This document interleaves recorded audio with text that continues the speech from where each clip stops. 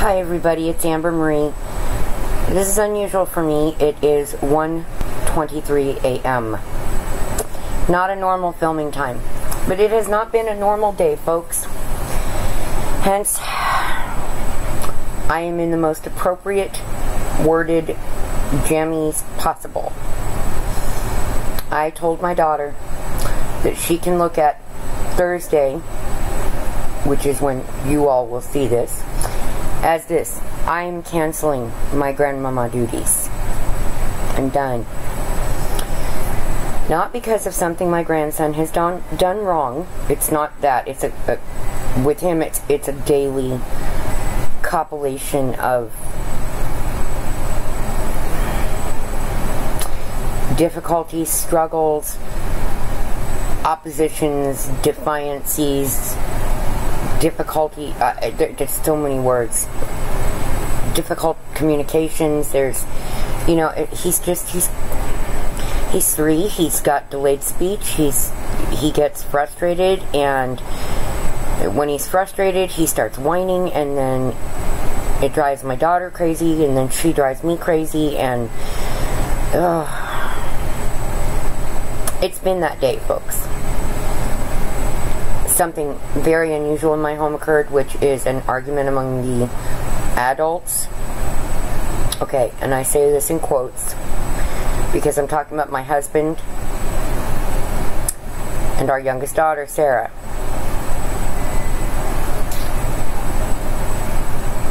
My husband was correct, without a doubt.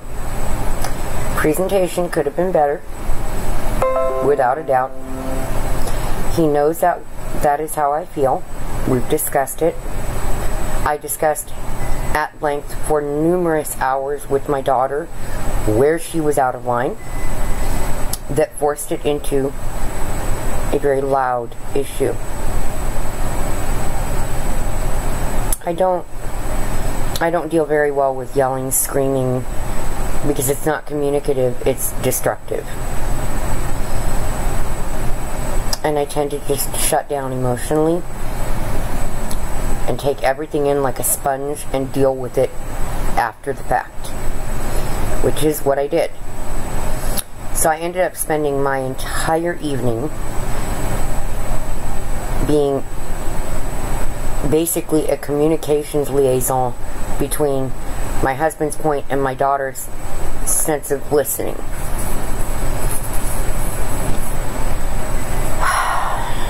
It's been a long day and a long night, and I've been up for almost 21 hours. I'm tired, guys.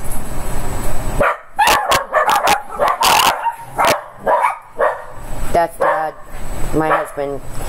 He kicked the tennis ball through the hallway for Spooky Doo to play with, and Spirit sees a shadow movement in my hallway and immediately defends. We're trying to teach him indoor voice a little more frequently. But if he perceives something as a threat, he immediately gets loud and rushes toward it. He's a very good boy. I have Chrissy up here. I look like a fat dough ball at the moment because of the angle, so please forgive that. But it is 1:30 in the freaking morning already. I'm tired. And truthfully, I don't know if I care enough to care. I'm out of energy. I'm out of give a damn, basically, for insignificant things. And ultimately, looking perfect is tremendously insignificant to me because it's not something I'm able to do anyway, for obvious reasons. And for anything that I can control, guys, it's 1:30 in the morning. And I've been up since 5 a.m. yesterday. I'm tired.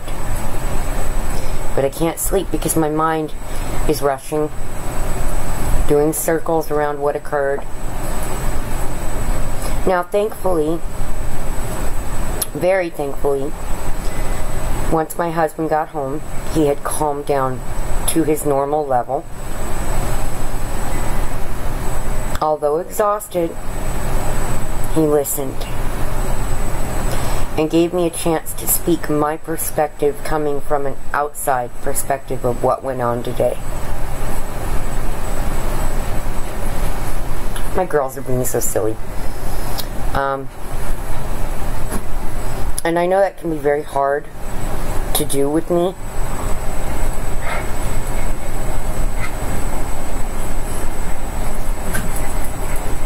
Because I will communicate and communicate and communicate until you get the damn point.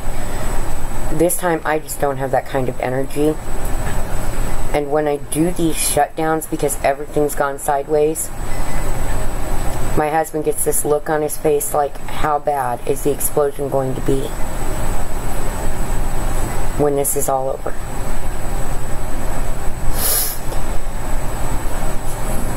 I don't know. I don't know. I am irritated at the situation. I'm tremendously hurt and angry with the cause. And not at my husband. Not really at my daughter, although she plays a big part in it. I'm overwhelmed, guys. And not in a good way. This is not a happy sense of overwhelmed. This is, I am overwrought. I am lacking emotion. And that can be really scary for me. I'm not an overly emotional person. I know you guys don't really know that side of me. Because of the way that I grew up, I learned very young, do not whine, do not cry, do not show fear, do not show weakness, do not show emotion. Or the beatings were much worse. From Joyce. Not from my dad. He never, ever, ever hit me. Like, he popped me once on my diaper when I was little, and it was a tap.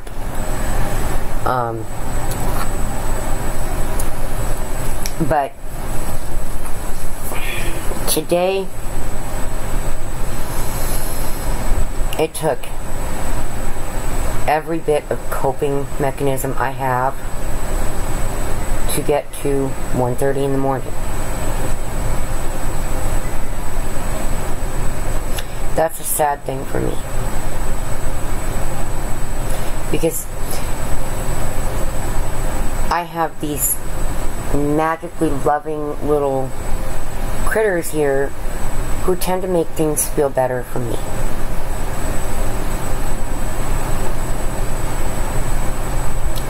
They couldn't even do that today. Because everybody's overabundance of anger, frustration, boiling over, whatever the emotions were,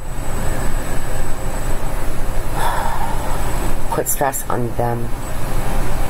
And that, I think, is what kind of snapped me into shutdown mode, overdrive, whatever it is I'm in. Yes, I've been here before. I will be okay. I don't know that everybody around me that has 2 feet and a heartbeat will be okay.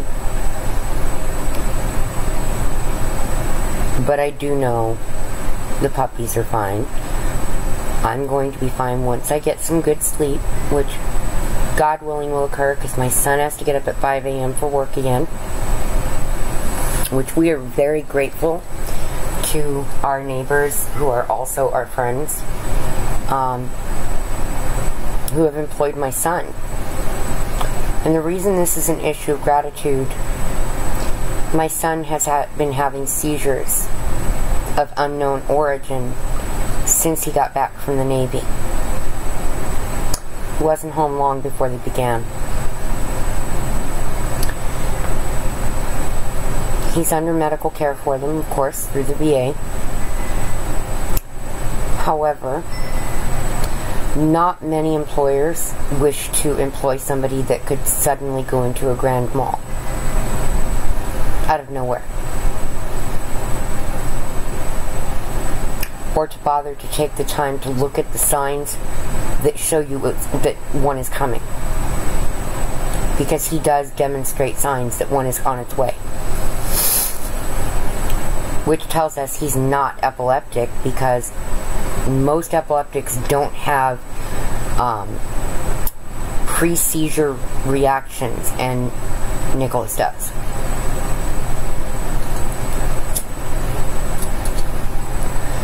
I can tell you by how it starts if it's going to be a partial complex, if it's going to be a grand mal, if it's going to be a petite mal, or if it's going to be a micro seizure. I know from looking at my son.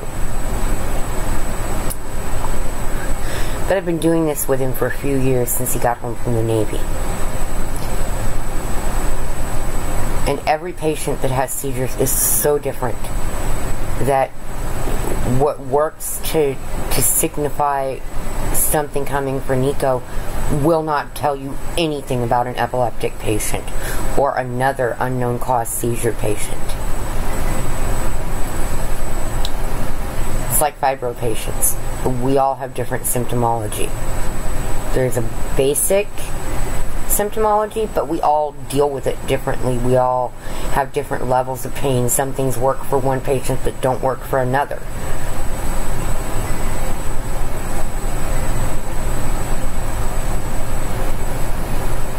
So I'm truly grateful to my neighbor. The gentleman across the street, whose family are also puppy rescuers. And they rescue cute little pup balls. Not Eskies, colorful little pup balls. We love them very, very much. They're sweet. Molly runs to me every time she sees me, and I'm like, oh my god, she's going to go in the street. So yeah, it's been that day, guys. It's been that day that I dread. And I know at least once a year, somebody in my family is going to butt heads to the level that I can't even be angry because I'm so angry.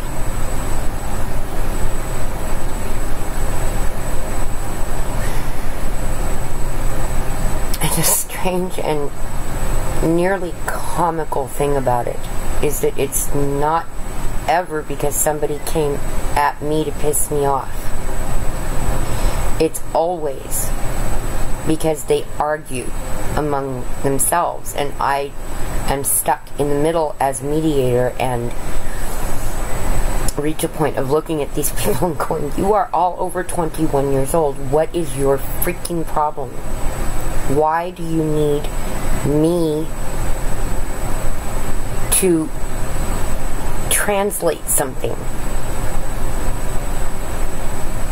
from English to English?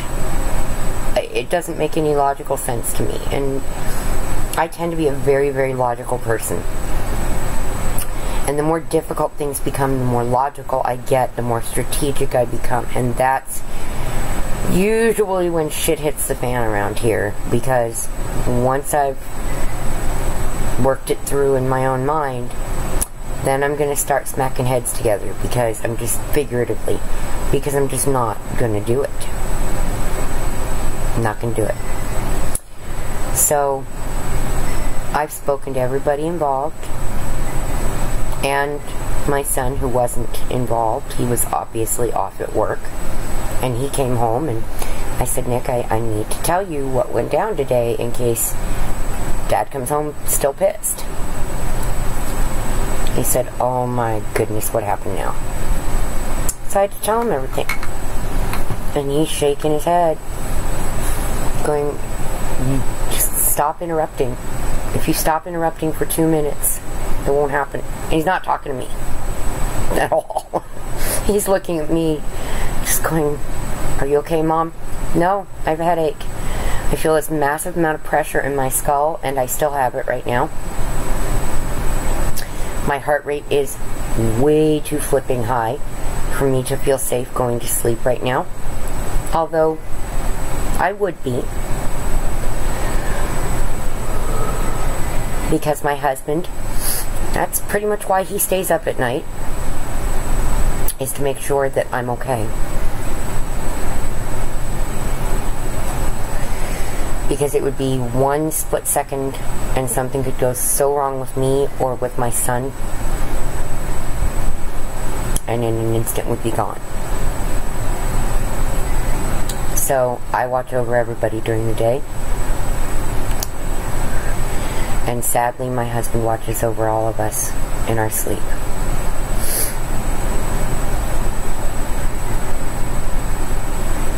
Complicates dealing with any outside entities as far as government agencies, business, anything to that degree.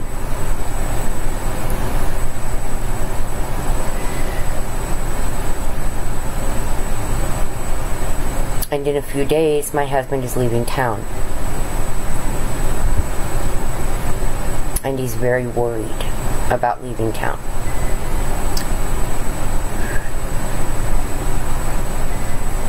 And I'm trying to make him understand I will be okay. I will be just fine. When he gets home, I will be right here. I will be alive, God willing, day to day. Same with my puppies. Lord willing. Everything's going to be alright. And he can't spend his time focusing on whether or not I'm okay. I need him to focus on his audition. But it falls on a horrifyingly painful day for our family.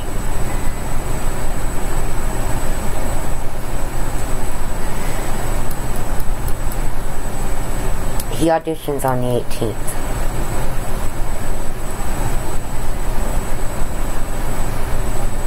That's the 9-year anniversary of the day we lost my dad.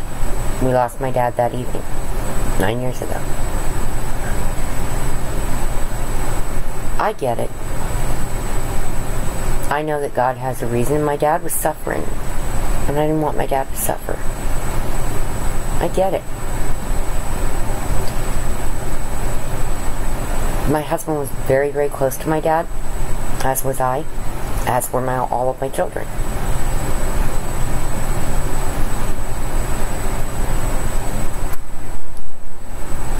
So it's a very, very difficult day of the year for our family. And he's worried about me being okay on that day. He's worried about my daughter, my son. He's worried about all of us being okay on that day. And I know he watches my videos, which I'm grateful for. And I need him to not worry. I need him to know that God gives me the strength to get through each and every day without my dad. Because my dad is always going to be with me.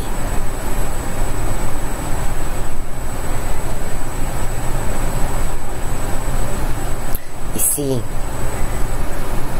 that April, we had found out that my dad had end-stage lung cancer.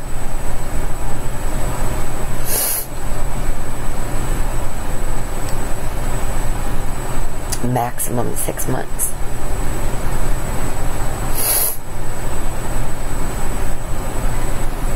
Passed away 7 weeks after the diagnosis. Because the VA didn't catch it in time.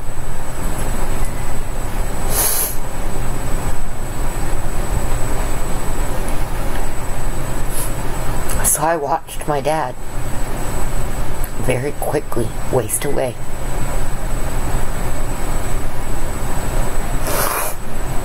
And I watched it destroy my husband, my son, and both of my daughters.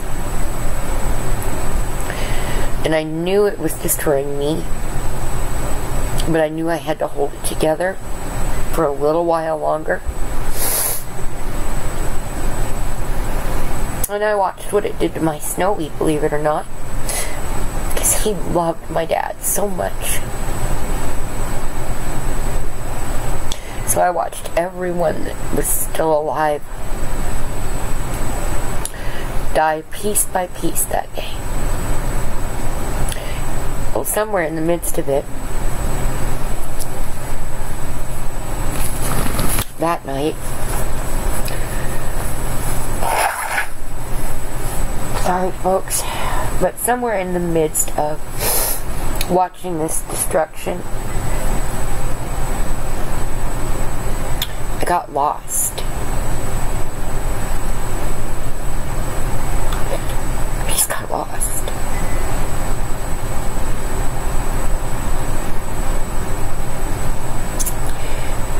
And I didn't know I was lost. They did. They saw it. They said it was like I just hit a wall and stopped. Like a clock that just suddenly stops ticking for some reason. And it's what I did too. I felt like I hit a flipping wall. I felt like I would never be okay again. Like I would never be safe. And I felt like I had no idea what to do. I mean, I knew what to do. I called the hospice care to pronounce his time of death. I called the funeral home to come get him.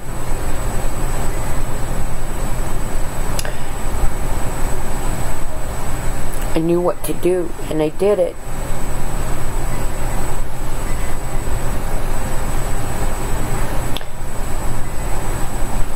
But I really don't remember a lot after that.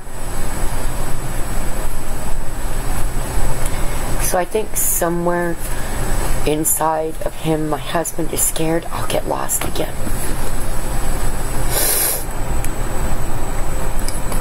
But I know it's been 9 years.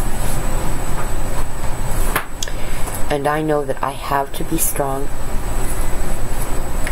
Because there's a little 3-year-old boy that right now desperately needs me to be around. And a bunch of puppies. So I know what I need to do, and I'm going to do it.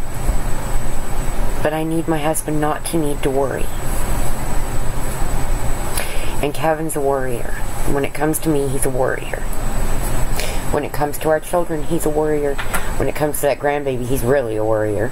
And when it comes to the puppies, he's 10 times worse a warrior. Because of losing Snowy and Frosty, we just are constantly in this mode of, please, not another one.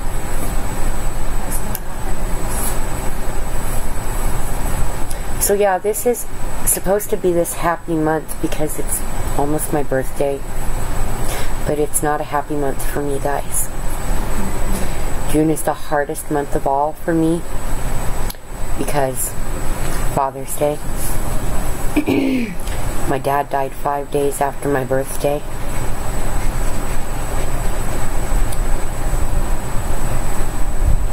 It's a really hard time. But I'm also thankful for every single moment that I can impart good memories on those around me, so that when I'm gone, they can look back on me, hopefully to some degree, as happily as I'm able to look back on my time with my dad. I was only 38 when he passed away. For some people, that means I had my dad a long time. For others, it means I really didn't. But you have to understand that he didn't get custody of me until I was 16. So, I didn't have a whole lot of years with my dad. But in those years, he just left this indelible strength. There's nothing that can wipe that away. Not even losing him. Because that's what he wanted me to do, was be strong.